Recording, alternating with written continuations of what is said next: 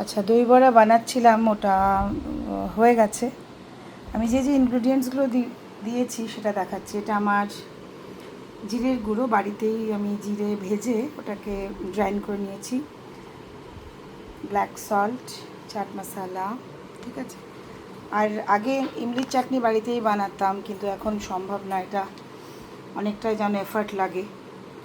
সেই তোমার গরম জলে আগে ওটাকে তোমার ফুটিয়ে তারপর অনেক কিছু করে বানাতাম, বাট এটা এখন কিনে আনি, যেটা টাটা সম্পান, ওটা ইমলি খেজুর চাটনি, খুব ভালো টেস্ট, খেয়েছিলাম। এবার এটা তো হয়ে গেছে।